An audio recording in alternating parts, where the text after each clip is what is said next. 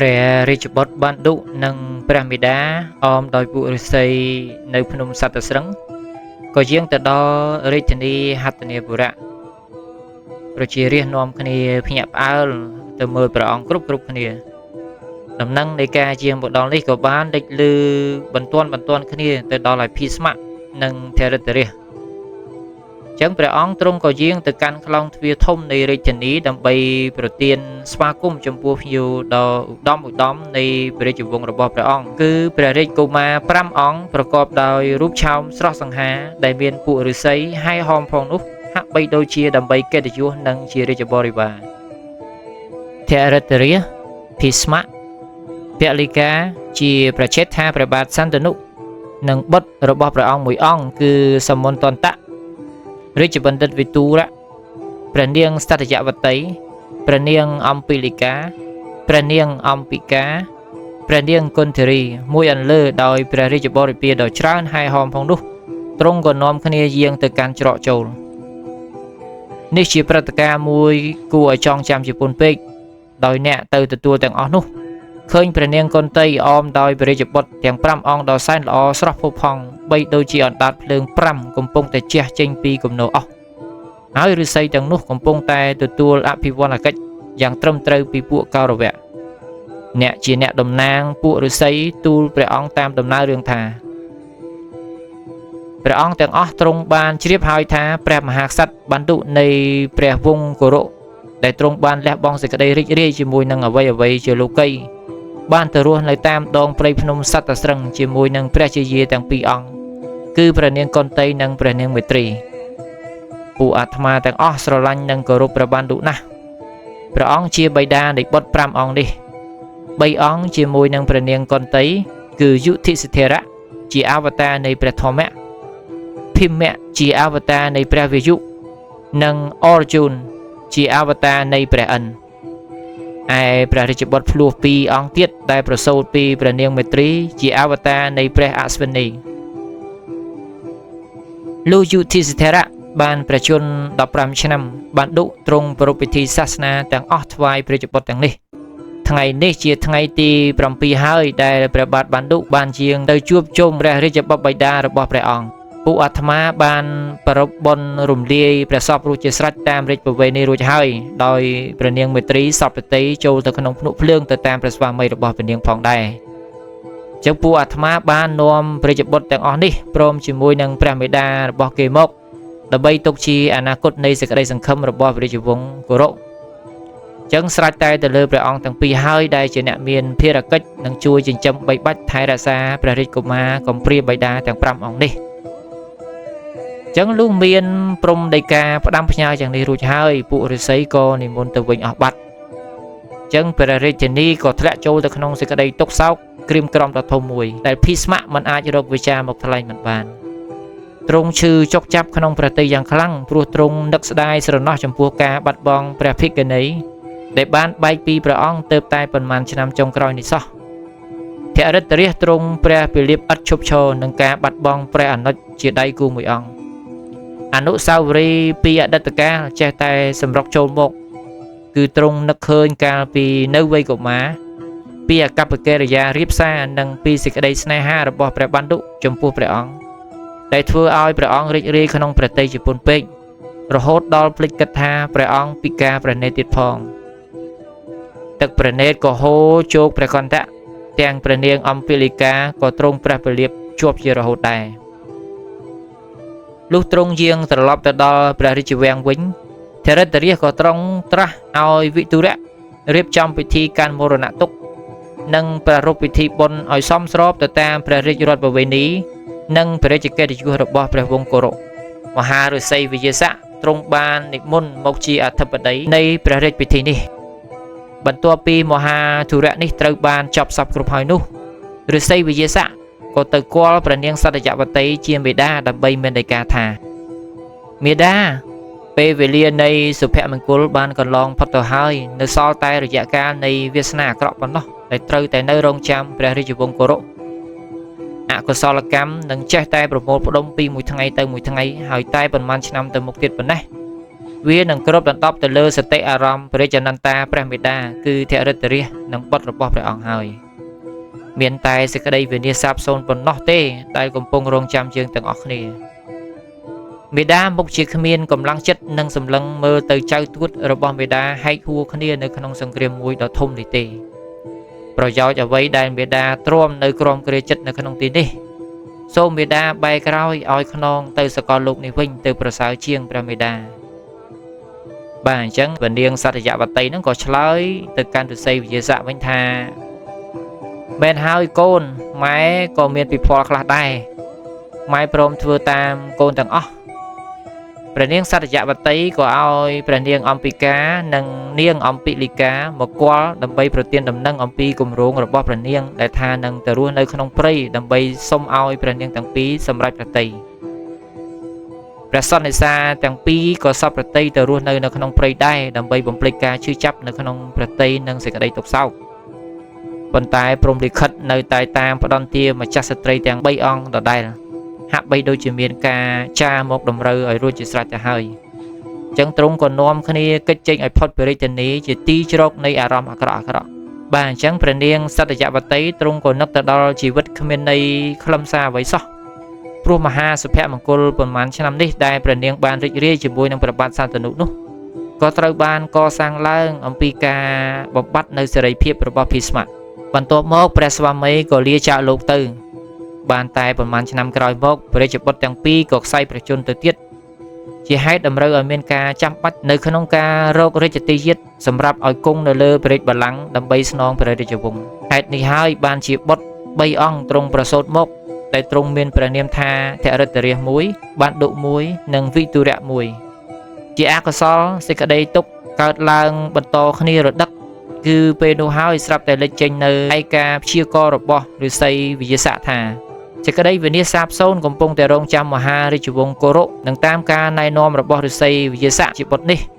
ព្រះនាងត្រូវជៀសវាងឲ្យផុតពីការមើលឃើញព្រឹត្តិការណ៍ឧបទ្រពទាំងនេះនៅនឹងព្រះនេត្រផ្ទាល់អញ្ចឹងព្រះសន្និសាទាំងពីរអង្គបាទគឺព្រះនាងអំពិកានិងអំពិលិកាហ្នឹងក៏អន្ទះសារនៅក្នុងប្រតិយចង់កិច្ចចេញដូចគ្នា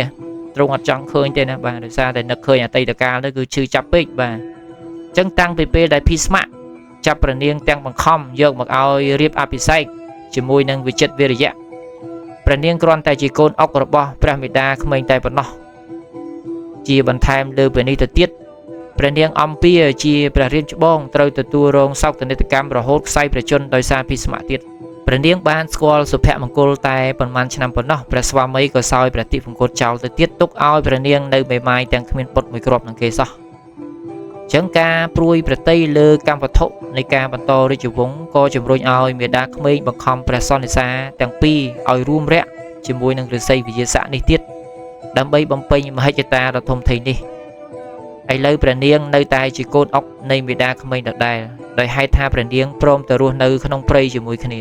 ទោះបីជាយ៉ាងណាក៏ដោយក៏ព្រះនាងនៅតែយល់ថាមានតែព្រៃភ្នំក្រំថ្មប៉ុណ្ណោះទេដែលអាចនាំសេចក្តីសុខមកដល់ព្រះនាងពីព្រោះនៅក្នុងទីនេះព្រះនាងអាចបំភ្លេចអ្វីបានទាំងអស់សូម្បីតែអាវុធនៃមរណភាពក៏មិនអាចខ្លាំងក្លាជាងការគ្មានឆន្ទៈចង់ទៅរស់នៅដែរកាលបើបុគ្គលណាម្នាក់លែងឲ្យតម្លៃទៅលើអ្វីជាលោកីហើយនោះបុគ្គលនោះក៏គួរតែស្លាប់ទៅវិញទៅប្រសើរជាងនេះជាដំណាក់កាលមួយដែលព្រះនាងសត្យវតីនិងព្រះនាងអំពិលិកានឹងកំពុងតែឈានទៅដល់ហើយអញ្ចឹងព្រះនាងក៏លែងគិតអ្វីទាំងអស់ក្រៅតែពីគំនិតមួយថាត្រូវទៅព្រៃភ្នំបាទដើម្បីស្វែងរកឱសថនៃសេចក្តីសុខឲ្យមកព្យាបាលជំងឺចុកចាប់ដែលកំពុងតែរុករានទន្ទ្រានព្រះឱរារបស់ព្រះអង្គនោះមុននឹងចេញទៅបាទក្សត្រទាំង3អង្គសូមលាគ្រប់សមាជិកនៃរាជវង្សានុវង្សទាំងអស់ព្រះនាងសត្យវតីក៏ត្រាស់ឲ្យភីស្មៈមកគាល់ដើម្បីប្រទានដំណឹងពីការសម្រេចប្រតិយនេះភីស្មៈក៏ភ្ញាក់ផ្អើលយ៉ាងខ្លាំងដែរទាំងមិនសប្បាយប្រតិយបន្តិចណាសោះពីព្រោះព្រះនាងជាចំណងដែលភ្ជាប់ព្រះអង្គជាមួយនឹងព្រះបិតាភីស្មៈក៏ត្រាស់សួរព្រះនាងថាហេតុម្ដេចក៏បានជាព្រះបិតាគិតយាងទៅចោលទូព្រះបង្គំតើព្រះបិតាមិនចង់នៅទីនេះតទៅទៀតទេគ្រាន់នឹងជួយរំលែកសេចក្តីទុក្ខសោកជាមួយនឹងទូលបង្គំទេឬ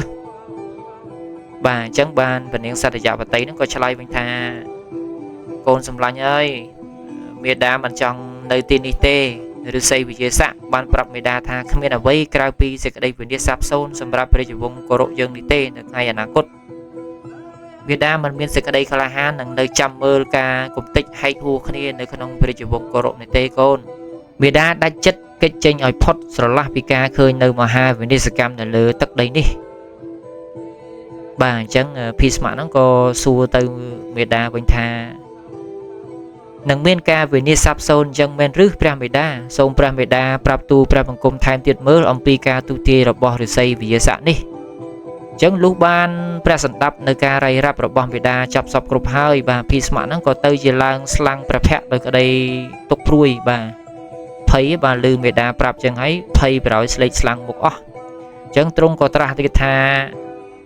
ទូលព្រះបង្គំក៏ដឹងខ្លួនឯងដែរថាជាជនកំសាកម្នាក់ដែរព្រះបិតាបានប្រទានចំណងដៃដល់ទូលព្រះបង្គំមួយគឺទ្រង់បានប្រសិទ្ធពរឲ្យទូលបង្គំថាទូលព្រះបង្គំអាចស្លាប់នៅពេលណាក៏បានដែរតាមតែចិត្តទូលព្រះបង្គំចង់គ្មានអ្វីទៀតដែលអាចនៅសេសសល់សម្រាប់ឲ្យទូលព្រះបង្គំនៅរស់ទេទូលព្រះបង្គំនឹងសុំឲ្យសេចក្តីស្លាប់មកយកទូលព្រះបង្គំនៅក្នុងព្រះហស្ថរបស់ព្រះមេដាតែម្ដងអញ្ចឹងបើសិនជាសុំឲ្យស្លាប់នៅក្នុងដៃរបស់ម្ដាយចុងខ្លួនឯងនឹងហ្មងអ្នកបាទអញ្ចឹងពនាងសត្យវតីឬភីស្ម័កដែលជាកូនចុងខ្លួនឯងនិយាយចឹងហើយពនាងក៏ឆ្លើយតបទៅវិញថាអត់ទេកូនកុំធ្វើអញ្ចឹងនេះហើយជាមូលហេតុដែលម៉ែសុំឲ្យឯងមកជួបម៉ែពីព្រោះតែម៉ែត្រូវទុកដាក់ព្រះរាជបុត្រក្មេងៗទាំងនេះឲ្យនៅក្នុងការគ្រប់គ្រងនិងថែរក្សារបស់ឯងត្រូវនៅជួយមើលថែរក្សាព្រះរាជវង្សគោរពឲ្យបានគង់វង្សឲ្យបានរឹងប៉ឹងទៅលើផែនដីយើងនេះកុំបីខានណាកូនគុំនឹកស្រមៃចង់ដកខ្លួនចាកចេញពីលោកីយើងនេះឲ្យសោះ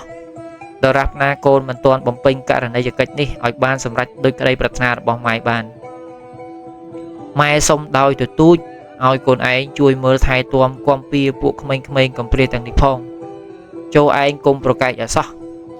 ឯងត្រូវតែចាត់ទុកក្នុងសតិសម្បញ្ញៈរបស់ឯងថាអ្វីដែលម៉ែតម្រូវឲ្យទទួលយកនេះគឺជាករណីយកិច្ចរបស់ឯងត្រូវតែខំប្រឹងប្រែងបំពេញឲ្យបានអញ្ចឹងភីស្ម័កទ្រង់ក៏អោនព្រះសេរសាសម្ដែងការយល់ព្រមដោយមិនបៀតបញ្ចេញព្រះវិចារអ្វីទាំងអស់រំពេចនោះក្សត្រទាំង3អង្គទ្រង់ក៏ព្រះដំណើរទៅទុកឲ្យភីស្ម័កនៅឯក្រោយចាំទទួលយកនៅបន្ទុកដ៏សែនធ្ងន់ធ្ងរនេះរហូតដល់ពេលណាមួយដែលព្រំលិខិតអាចរំដោះព្រះអង្គឲ្យបានរួចផុតវិញ